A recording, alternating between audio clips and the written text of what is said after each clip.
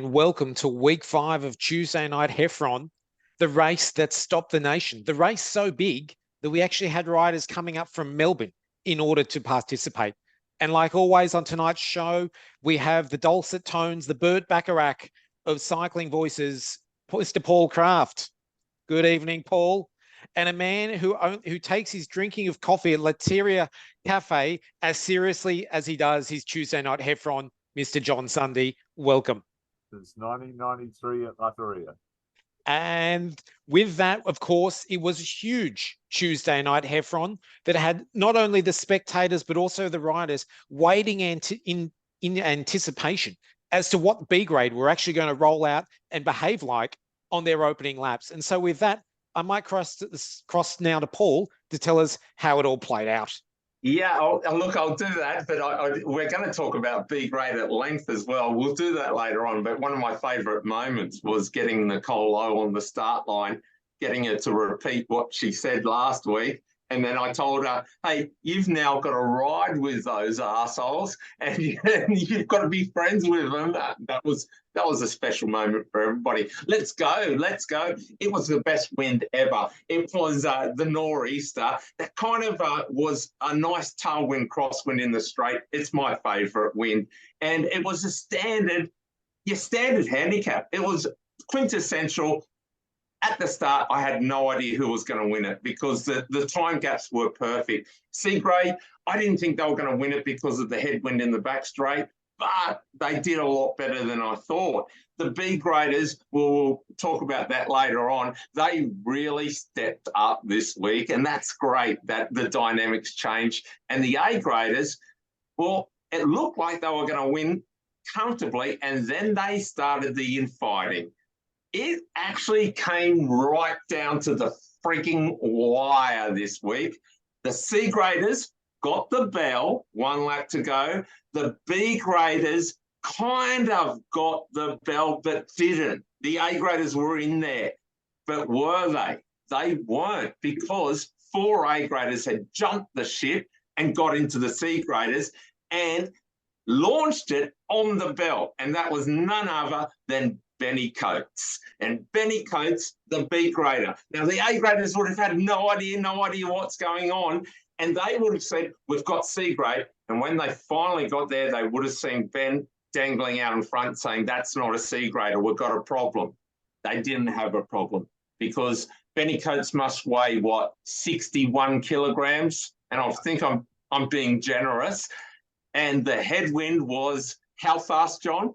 Oh, well, the week before, the wind never really picked up during the race, but looking at the wind gusts after the race, at 6:30, it was getting so close to that sort of 55 to 60 km/h northeasterly, and that was by far the strongest, toughest conditions we've had this year. I'd just add that asking John about the weather conditions was just like the race. You lost all momentum. Yeah, it was unbelievable. As soon as you faced bang, bang. And then it was like C grade hitting the pimple with the headwind. Oh, we'll just stop for a second. Okay, let's go again. Look, the truth be it, when the headwind is near minus 10 of your body weight, you're screwed. And Benny Coates hit the headwind, boff, done. And I thought it was okay, we've got a sprint, but we didn't. We had a rider. And we're going to talk about him later on. I'll keep his name a secret. He fired out of the squircle. He got a big gap, and he was going to have the tailwind home. Didn't quite make it. Turned into your classic sprint. The rider of Jack Bennett knows how to do it. He launched early. He came around Nick White, and we've got our fingers crossed with Nick because he's from Victoria. We may see him later on as well. But he came around Nick White. Nick White wasn't expecting it. Jack did the worst possible thing. He got a gap on Nick, and Nick ran at the wheel, and then it was the classic finish. I think look, we already know how it panned out, but now let's get to the nitty and gritty of the race. So now we're crossing over to Ollie Penny's video, which of course shows the A graders just catching B grade. And very shortly, we'll also see C grade in the images as well. So Scotty Law, he's right in front of Ollie's wheel, and they're passing the B graders on it. A lovely bit of grass. What are you thinking here, Paul and John? Well, I'm thinking there's a lot of B graders left in the race at the start, and they had quite a hard job just to get through them. You can see there Scotty and Mick Cupid having to go wide onto the grass. But by this point, as they crest the hill, hardest part of the wind, they've rounded them up, and I'd say as they come out of the U-turn, they're on the front of the race. But there was quite a long train to get through, so they had their work cut out, and they've still got an entire lap to go. You've still got about 20 C graders up the road. Here they are on the front now. Scotty just on Mick Cupid's wheel. That's right. And I'll pause that there, just this video here. And we can actually see there's A grade, the front of A grade. So we've got Mick Cupid, Scott Law, and then Ollie Penny, 1, 2, 3. And ahead of them, heading onto straight, there's C grade. Hey, just a quick reminder No, too. you are right. That is C grade. But there was, and I can't, all I can remember is Ben Coates. Apologies to the other 2 or 3, but they had gotten away the lap before. They came up the straight away and they caught C grade. Oh, so they've jumped ahead. So they jumped from that in large there. group in They're front. in there. And Benny impressive. Coates is about to launch it off the front of C grade. Rupert Guinness. Yeah, Rodrigo just went back, Guinness. So there's Lyndon. And a Manly. Look how white that grey. This is fantastic footage by Ollie Penny, isn't it? I just love the way how effortlessly he is moving through this bunch. This bunch, they're going as quick as they are. There's Amy, there's Lily Fassan, very well positioned. Yep. Yeah, They're diving out of the corner. That's really cool how hard it is for the riders. I'm sorry to see the Matt Horan up there as well coming through, and young Simon, Francis's son. But the sun's blocking their eyes at this stage. I never really realised that, and that would be quite crucial, would it, Alexis? It is, and I think what was even more crucial though is you can see here, if we just pause and just say, there's some riders leading it. Jack Renshaw. Jack Renshaw. He's about 9 riders back. He ends up finishing 6th. I'm just going to pause it just there, sitting there in third wheel, right there. That's Zach. That was Zach Francis. Okay, so who I miscalled then the other guy. He looks a lot like Zach Francis. And I'll just take it back. That there is Zach Francis, third wheel, last lap. Yeah, good thing. Behind him, the young guy from Bathurst. That's right. So they're all sitting nice and pretty at this stage as the catch. But look at Ollie just effortlessly. Boom. Right. Here's your who's your 2 B graders still fighting it out front. So there's Benny Coates. Yeah. Getting caught. He's on he's on Pat Curtin's wheel. Yep. All right. They ain't anymore because this shadow is Ollie Penny, and it's the Ollie show. There's no one on his wheel. He's got 20, he's got 30. He's increasing his lead with every pedal straight. Can't look back right now. Can he win it from here? Alexis? That must have been the longest. He's gone from a long way. It is blowing right in his face right now. He'll be, as he takes this turn, I did the reconnaissance lap. The next turn, you get this magic tailwind. Watch the acceleration through here because the tailwind gets him and he's going to absolutely cane it into the hairpin. I dare say at the pace he's going, he can't pedal now. He's just got to lean it over. And he's hoping for a prayer because looking at the damage back there. And we're going to see the fast guys coming. And we can see the shadows. We see the shadows. And I think at that moment, he's realised his day with destiny will wait yet another day. Exactly. Seeing the shadow. What happens again? So now we see there. And there he goes. There, I'm just pausing it right there because there comes Bennett. So how far is that to go down the straight, do you think? How far is that straight? 300 metres? 350. Yeah, let's call it 300. There, look at Bennett out of the saddle. Nick White gets the run at him. He's got the run at him. Coming off Crito's wheel. Crito's wheel. Last week I was saying Crito the powerhouse. That's another man who's turned back the books. And there's Renshaw finishing as well. Hey, more importantly than that, just on in 6th place was the B grade winner Chris Tune. So I know. And Jack Renshaw, winner of C grade, coming home in 6th and 7th. Very impressive from both those riders to finish that high up in the rankings. Yeah, so 3 things. First off, fair play, Ollie Penny. That was brilliant. That was a really big move. And if he just needed to get into the big tailwind with 30, 40 metres, the damage was done with the headwind. Second, Nick White was in front of Jack. Jack jumped him, knowing that it was a tail cross. Did you notice Jack jumped and went straight to the grass to make sure no one had any protection? The thing that Jack did, well, he didn't do it wrong. He did it right. But he gave Nick White a 5-7 metre gap to chase. And if you know sprinting, when you've got 300 to go and you've got to run at somebody, and Nick did bloody well. He closed it and he had the run. And Jack must have been shitting himself coming in the last 30 metres because he was coming. And let's see that finish from another angle. This is from dead on.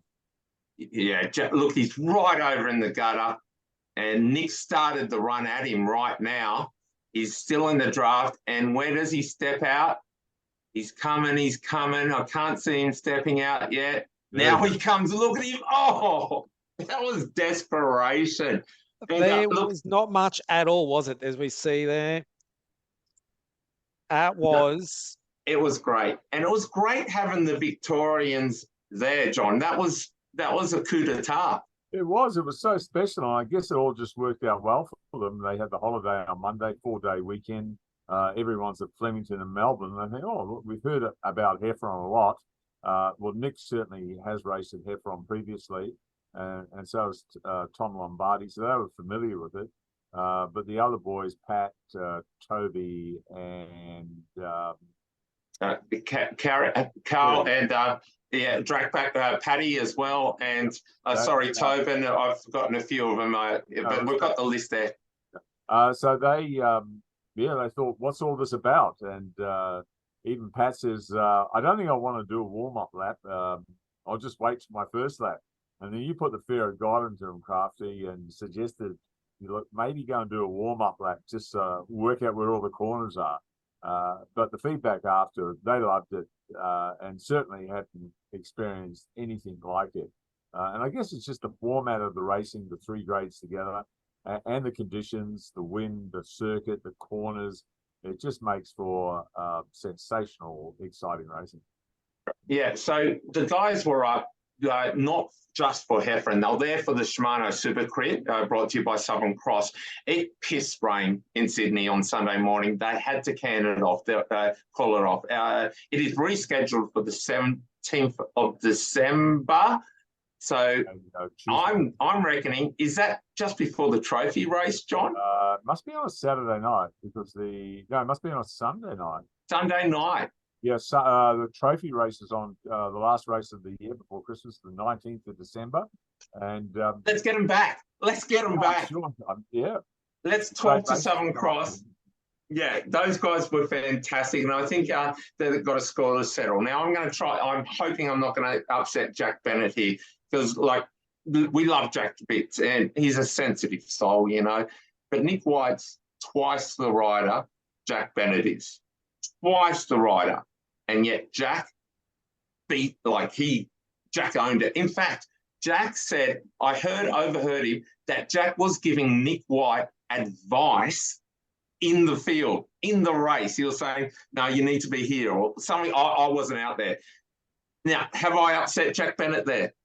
No, I don't think so. I think we all know what you mean. If you look at Nick's national and elite accomplishments, international wins, Warranables, Australian under 23, CX, mate, it just goes on and on. The guy, he's fourth in national champs in 2021 when Cam Myers won. And Meyer, yeah. 2019 national under 23 road champion. 2019 winner of the Warnie. Yeah, I mean, we could go on. Nick's pretty impressive. Right. But in Jack's defence, I got to say, as a sort of club rider, because he doesn't ride at an elite level NRS or above that, he has got some pedigree as well. Absolutely. Absolutely. Going head to head in the straight, but you can just see the confidence and just pedigree that Nick had when he was racing. And who was still confident Jack was going to win was his own dad. Grant was more than willing to back. I got to tell you, to put it in perspective, just what you were saying, Crafty, Grant said to me when we went to dinner after the race. He said, "You know what? I think that's Jack's best win he's ever had at Heffron." And I thought, "Yeah, you got a point there, Grant. Grant knows."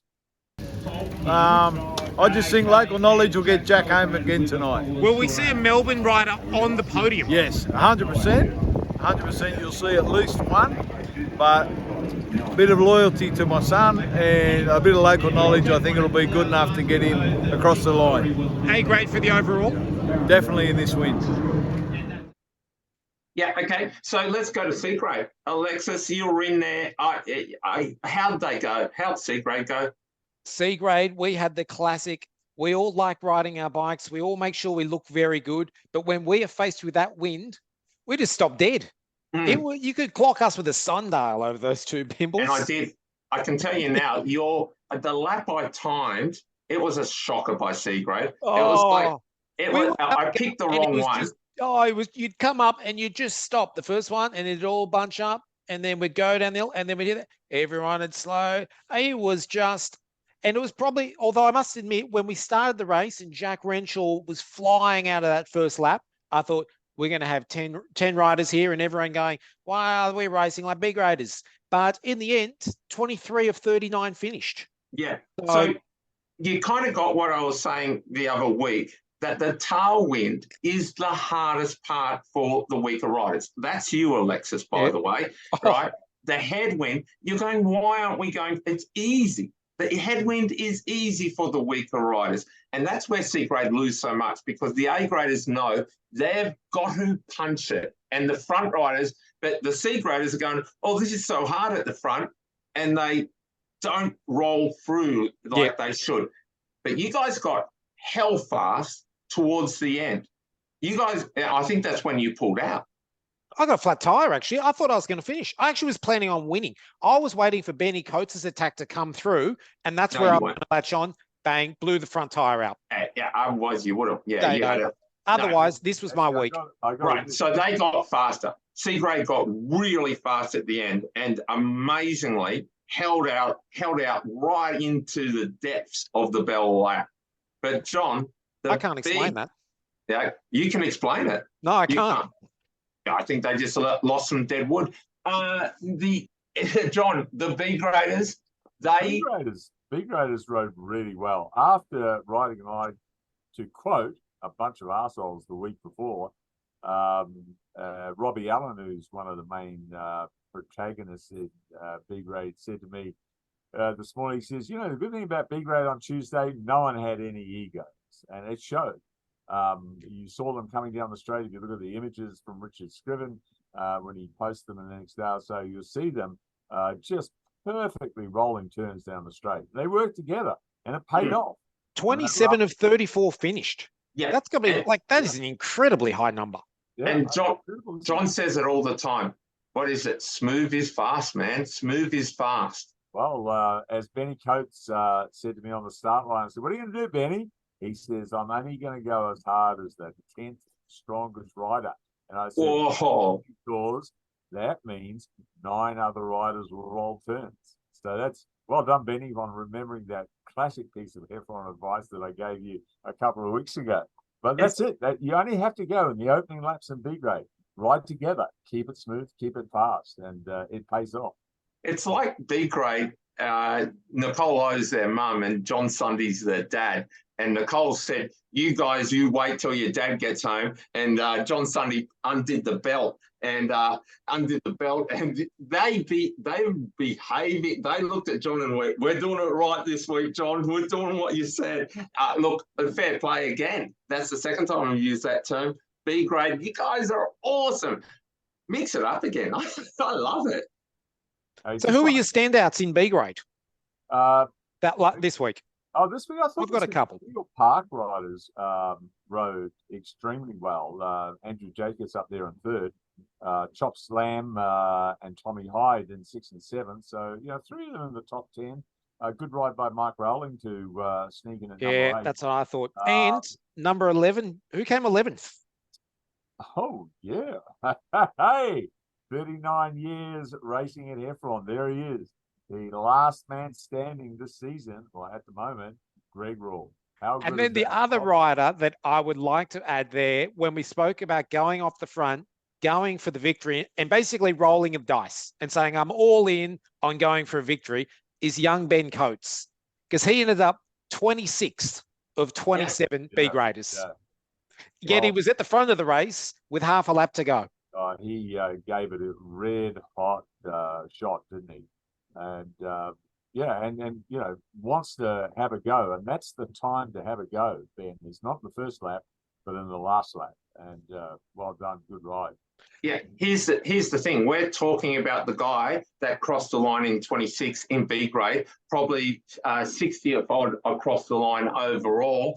We're not talking about 50 other riders. So well done, Ben. That was a brilliant, brilliant move. And it's a good lesson. Sorry, Alexis, I know you want to say something. No. When you read results, and I've had a lot, there's a lot more to the story than just the time that people cross the line in, you know. So if you know a little bit about what happened, you can see. And I would have loved it if Ben Coates finished 36 even, you know. It was just great. Alexis, you were going to say something. I can wholeheartedly agree with that comment, because you'd also then follow that with Mick Cupid would be the same. Barely stop belly. Well, John, great minds think alike.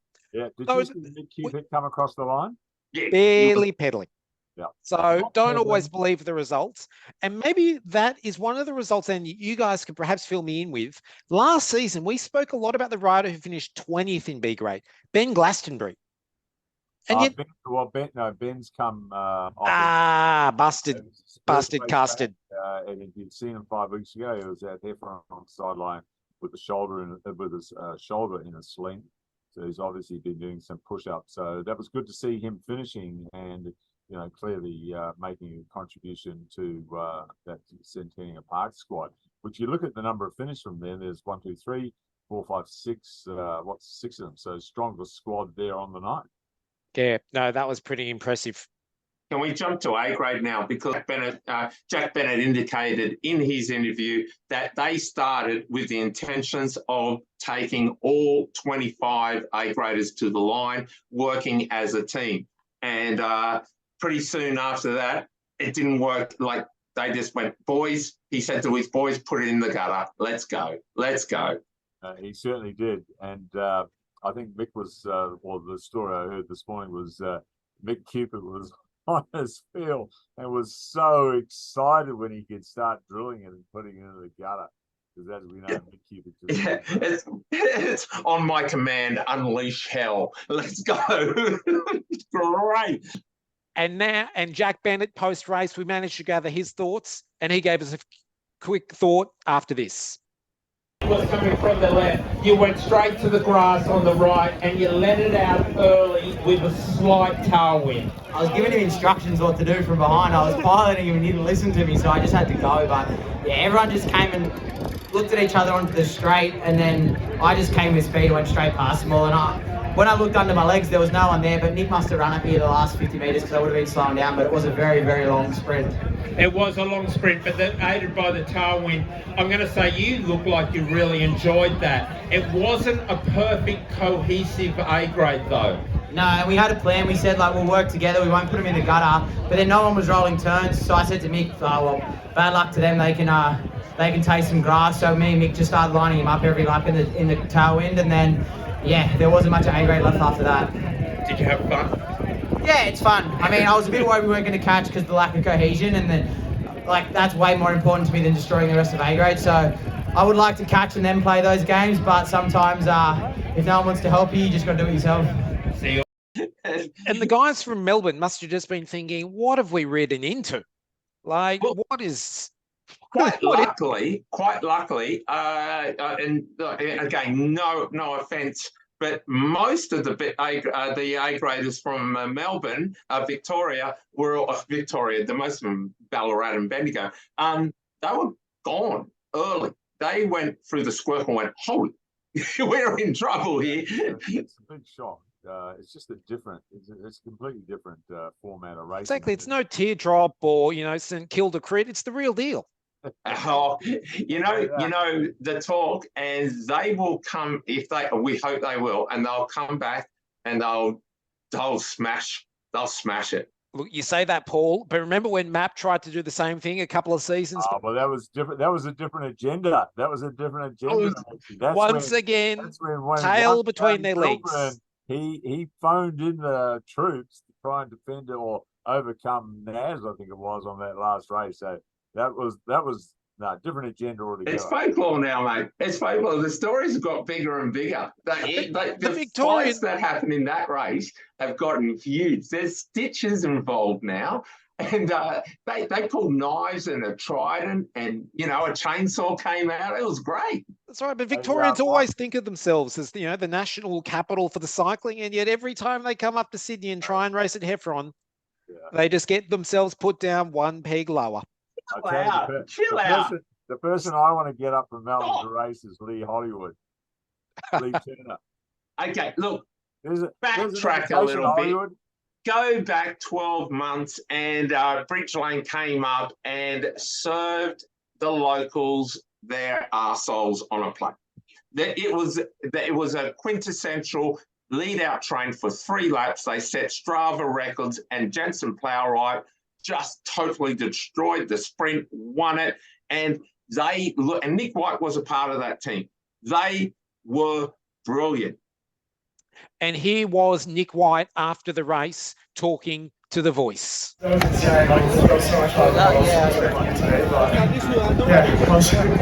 struggling from the very first corner. Yeah, well, that's that local knowledge bit, when they came in through the corners. You ended up somehow finding Bennett's wheel. You picked the right rider. You had a red-hot crack at it, but he's pretty quick. Yeah, well, I think he was behind me going to that last corner. I was not expecting people I was definitely not expecting the sprint to open up from the corner. Jack came flying past me. I was like, oh my God, that's early.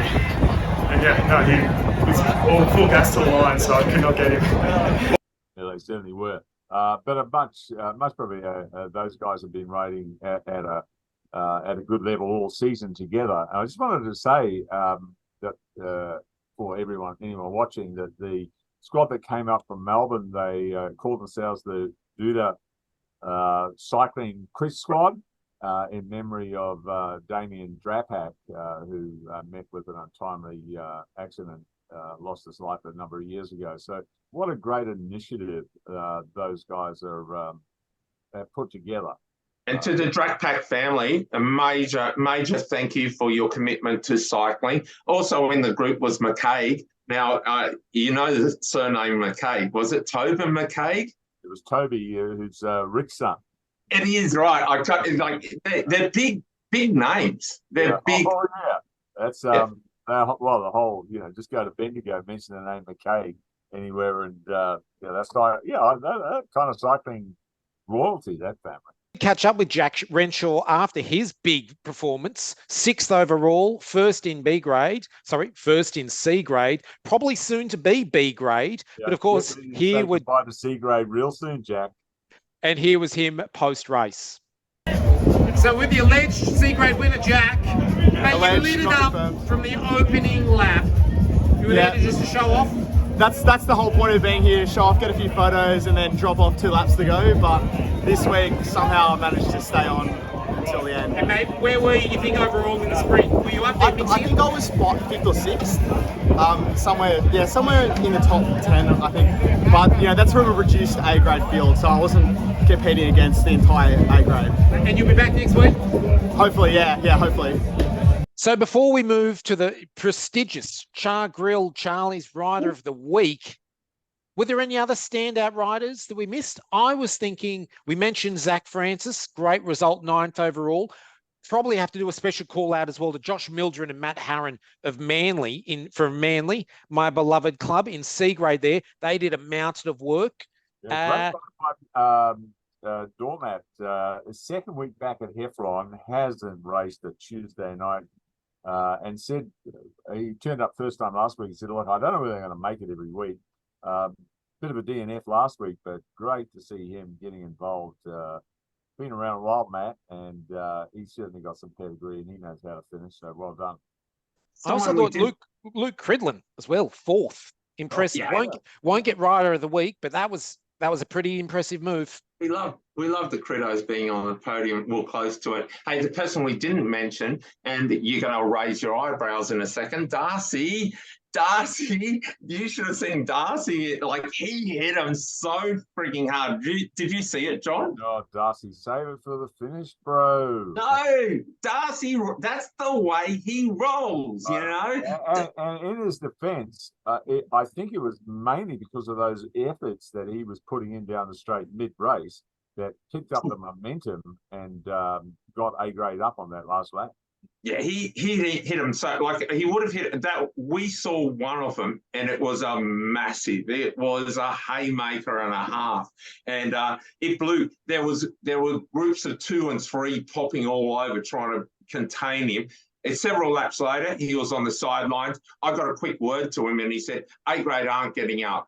And he was kind of right, because they were infighting so much. He was half the infighting. Once they got rid of Darcy, I think they changed their tune a bit, and they got a bit excited and got it. And wow, it was it was a fantastic, quintessential, perfect storm. 3 races coming together on that last lap. We don't want that every week. It does always scare me. But I want to shout out to the C graders and B graders who knew that the race was over for them.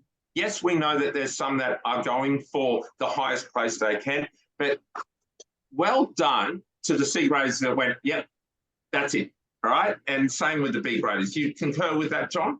Yeah. And while many finished, that's right, while many finished, who is your Chargrill Charlies Rider of the Week? John? I'm going, so my nomination this week, I've considered a couple. So I thought Ollie's effort last lap, that's a pretty solid ride. I thought Nick White's ride, first time back at Heffron, in from Melbourne, but was right there at the pointy end, put in a tremendous effort. But I can't go past Jack Bennett this week. So Jack, 2 in a row. And partly because Grant reckons best win he's ever had. I got to reward that. That's pretty impressive. The way he won it was super impressive, and I think you've got a very good pick. Look, my 4 contenders, and you're going to be surprised who I end up picking. And they're pretty much like John's, but Ollie Penny for his move, Ben Coates for his move, and Nick White, he came with, okay, no offense to the team, but it wasn't Bridge Lane. He came with a plan, and he orchestrated it perfectly. He rode brilliantly and damn well nearly won it. But there was a special moment, and Jack Bennett may win this one, but this special moment, Scott Law and Paddy Drakpak have been arch nemesis since they were under 13s. It literally has gone through national championships. You go back in the history of it, and one's in gold, the other's in silver. At the start of the race, Paddy Drakpak said, I kind of hated him, but you need that in the spirit to drive yourself. At the end of the race, I didn't have to pay for it. I went to East. Thank you, East. I grabbed 2 Coronas, gave them to Scott Law, and grabbed Paddy Drakpak and said, come over here, mate, come over here. And I said, Scott's got something for you. And I said, it's a long time coming. The beer went out. I had the bottle opener. Enjoy. And I bet you it was the best beer they've ever had. Great photo in the gallery of Pat throwing that beer back. And, so, to Paddy Drakpak, I'm going to nominate you as Rider of the Week. Your eyes were wide open. You talked on the microphone brilliantly. You did your family and your brother proud. I'm throwing Rider of the Week. Now, John, if you vote against me, I voted against you. Wow. Okay, so that's right. I mean, the Drakpak family have done so much for the cycling community. I'm actually going to throw 2 other riders out there. One who I thought would have got a lot more press during this podcast was Josh Correll with his fourth. Oh, no, sorry, he got 3rd overall. 3rd, mate. And I mean, talk about stepping up. That's been pretty impressive. Go to the person in 4th and 5th and like Tom Bolton and I think it was Tom in fifth, Tom was fifth. and Cridland, and you say, hey, Josh, 12 months ago, would you beat Crido and Tom Bolton in a sprint? Oh, man, no. So he's doing very well. His coaching and the training he's putting in is certainly paying off. Come on, Alexi. That, though, wasn't enough. I'm actually going to save that one because I think he'll get even further up on that podium step. Woo! And so, come on, guys. Go on, say it. Will Josh Carell win us? Go give him the Ollie Penny curse. The Ollie Penny curse. Exactly. Though, then, Chris Tune. Oh, yeah, B grade. First in B grade. Yeah, no, that's pretty good, Tuny. That, for me, is Rider of the Week. Wow. Chris Tune. I think, wow. Talk about turning back the clock. Great performance. So I suppose then we have to come together. We've got Chris Tune, Drab. I mean, they can't all get $10 vouchers. Yeah, okay. Look, no, they can't. Alexis, you're going to choose. Unfortunately, and John, you'll agree with me, I don't think Chris Tune is Rider of the Week. Okay. He was the first B grader across the line. I didn't see him do something outstandingly spectacular. Alexis, you've got to choose. Okay, so coming back then, I've got to make the decision between Paddy Drapak and Jack Bennett. A tough one. Thinking about how nice I'll be treated on the bunch ride on the weekend, or did Paddy finish? No, unfortunately, he didn't. He was out. Well, that then's got to be the death knell. You can't be Rider of the Week and not finish. So yeah, and plus we're going to save some postage on sending a voucher down to Victoria. Absolutely, I don't even know if they have Chargrill Charlies down there. So let's just go. Jack Bennett, Chargrill Charlies. Why do I have so many problems pronunciating that word? Name to say. I have the same Charlie Dollar. Just call them Charlie Dollars. Charlie I don't even give it a go. I don't even give it a go. You should hear Rodrigo say it. Rodrigo, he just. That's awesome. I mean, well done, Jack. 2 weeks in a row. Can he make it the treble? Or will Ollie Penny get his long-deserved victory? Break the curse. Ollie can win one this season. Ollie Penny, I almost has the Sleeping Beauty curse. He'll have to wait 99 years, and then one day someone will give him a kiss and bang, he gets the big victory. It's not me, it's John Sunde. All righty, so just before we finish up, the bell's being run. The last lap. Leaving along, Zach Marshall's still there.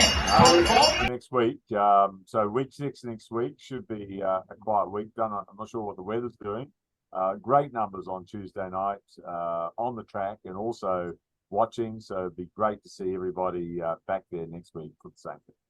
Yeah, and hopefully we can get Nick White and the gang back in conjunction with the Shimano Super Creek. That would be superb. I really look forward to seeing them, and they'll be well, they're already great riders, but they'll be just that little bit more. They're blooded now. They've been blooded.